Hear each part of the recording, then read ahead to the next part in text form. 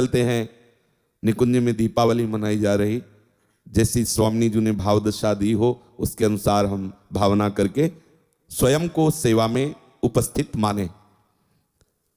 बड़ा सूक्ष्म विषय है। जैसे राजभोग की सेवा चल रही तो ललिता जो विशाखा जो वो कर रही हैं, इतना ही केवल नहीं भावना करनी, साथ में हम भी उनके हैं, अपनी भावना भी करो ना।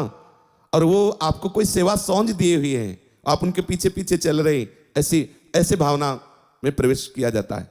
श्रृंगार हो रहा है तो अमुक सखी श्रृंगार कर रही है और आप क्या कर रहे हैं? आप देख रहे हैं?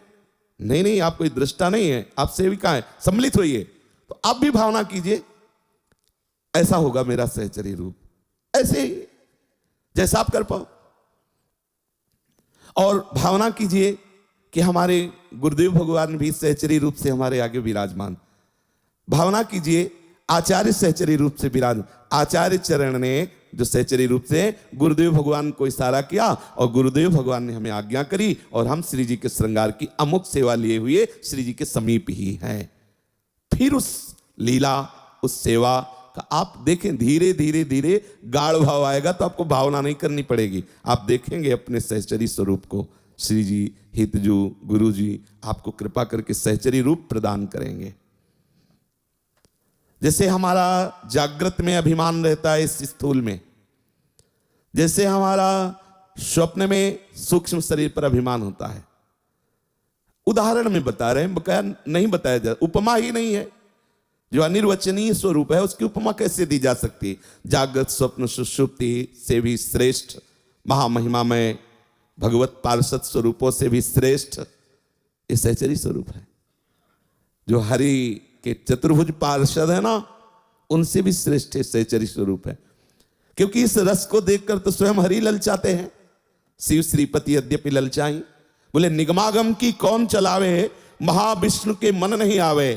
बड़ा दुर्लभ पद है सहचरी पद। आप भावना करें, ये श्री जी आपको प्रेरित कर रहे हैं। आप अधिकारी हैं, जो रजोपसेवी हैं, जो आचार्य शरणागत हैं, जो श्री जी के चरणारविंद का आश्रय लिए हैं, वो इस भावना करने के पूर्ण अधिकारी। डरना मत। आप स्त्री नहीं, आप पुरुष नहीं हैं, आप जीव नहीं हैं, आप कर्म बंधन से युक्त साधारण मनुष्य नहीं, आप श्री जी की सहचरी हैं। कब सोचोगे? ये कोई ऐसे सिद्धि नहीं आती है, यही भावना करते करते भावना सिद्ध हो जाती है। समझ रहे ना? हम भावना प्रारंभ करें, उठते बैठते चलते फिरते इस भावना को मिटाएं कि हम पुरुष हैं, हम स्त्री हैं।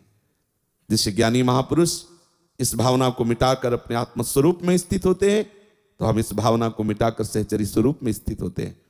स्वामी जी समस्त कलाओं में निपुण कर देंगी, पर आप भावना तो कीजिए ना। भावोत्सवेन भजताम रसकाम। अब भावना कितना सुंदर आनंद का विषय।